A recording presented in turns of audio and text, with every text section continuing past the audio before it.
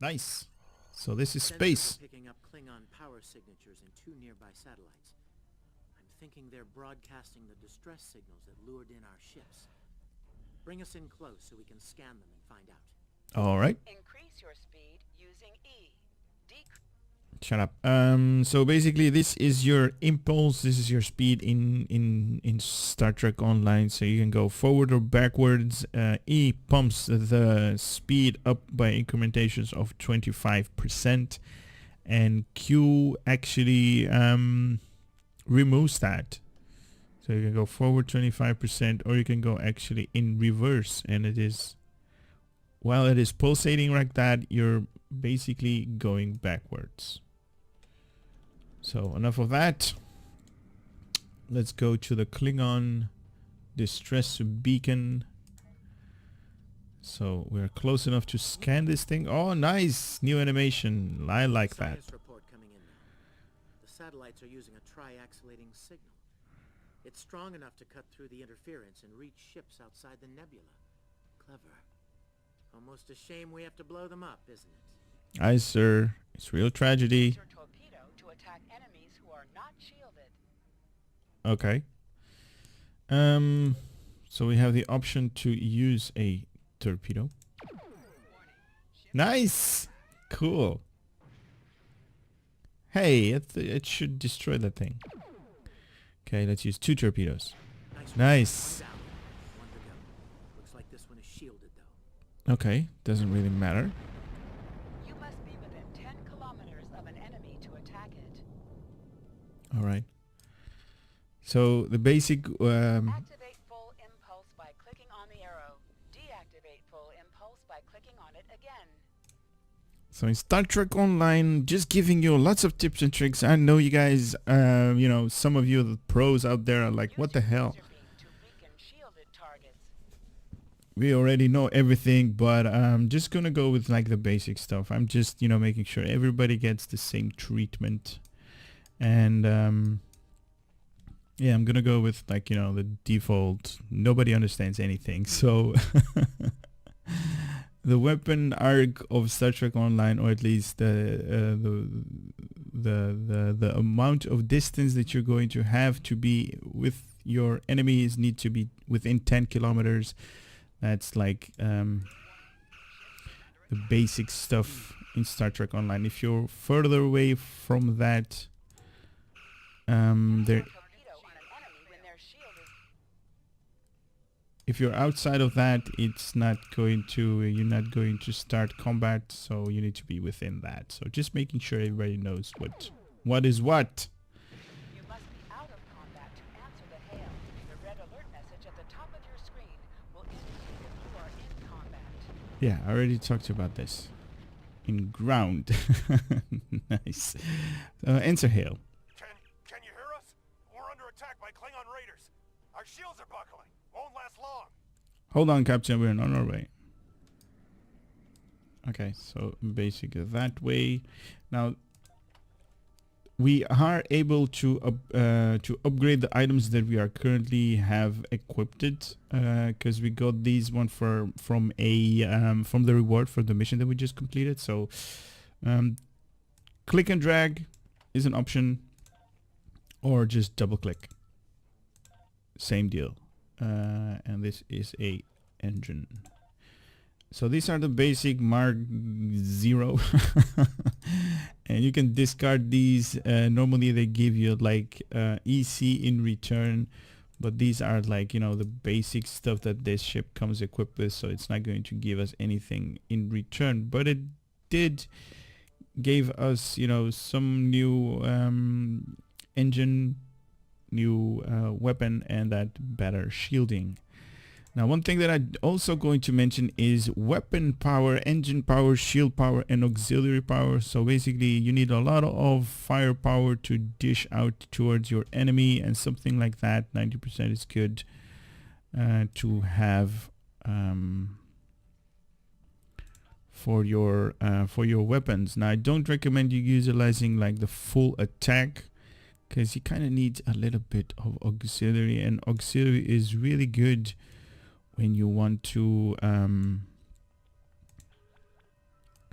when you want to recharge all of your abilities faster than normal. So something like that, you know, could be interesting.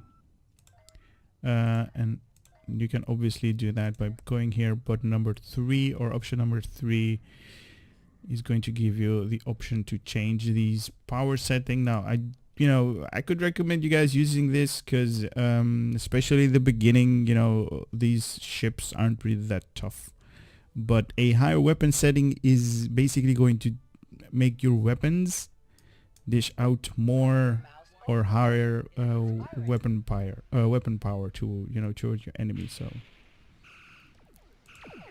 unwise to get between a Klingon and his pride, Federation. so these guys don't have shields, not really that tough, like I said.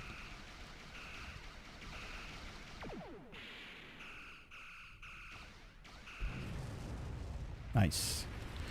I do need to be careful when you are within a certain distance of destructible objects, because when they do that, that secondary explosion. Our engines are offline. Could you transfer some energy and get them started again? Okay, can do. Stand by. So as I was saying, like if you are within a certain distance of stuff that are going to be blown up, there is like that secondary explosion is going to dish out you know, a lot of like hit points that are going to remove from your ship, so it's going to damage your ship as well. So stay out of, like, you know, ships that are being destroyed. Let's continue the mission. Transfer energy. Nice. I do love this new animation. Thanks for everything. Good luck with the Klingons. Yeah. Lieutenant, I made some modifications to our torpedo launcher.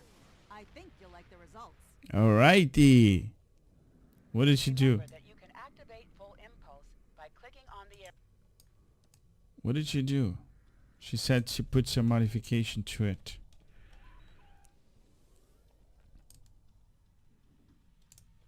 activate high yield torpedo. Oh, high yield torpedo. Okay. So high yield torpedo is just a, you know, a upgraded version of the normal torpedo that we're going to get. Obviously it's going to put the torpedo in a higher cooldown. It's basically just like the sniper shot. So it's going to deal out more kinetic damage than normal. And we can showcase that in the next time that we're going to get. There we go. Your head. More Klingon ships detected on long-range sensors, sir. Did you see that? High yield torpedo was like a more, you know, like higher kinetic damage that it did towards the enemy, and that's always nice. More DPS in Star Trek Online. It is what it is, but as of late, people are like really obsessed with doing a lot of damage in a short amount of time and not really enjoying the game.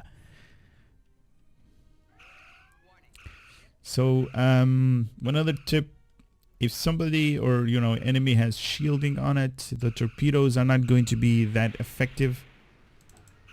Torpedoes are really effective when they're hitting the hull, so it needs to destroy the shielding first and then activate those. High yield torpedoes going to do out a more DPS or more impact when it's going to hit the hull of a ship. Now, as you guys are seeing, these things don't really, you know, pose a threat to this ship. So it's basically like telling you this is how combat works in Star Trek Online. Get used to it.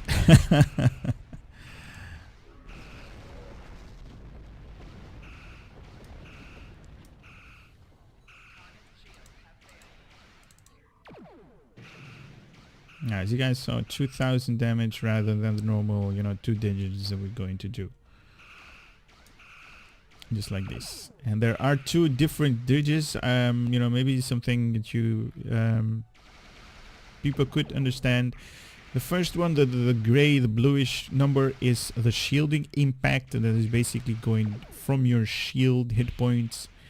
And the second one is the hit points that you're going to that your enemy is going to remove from your overall ship's hull hit points. And the same deal with, you know, with the enemy. The light blue is the shield, and the other one, the yellowish color, is from the hit points from the hull.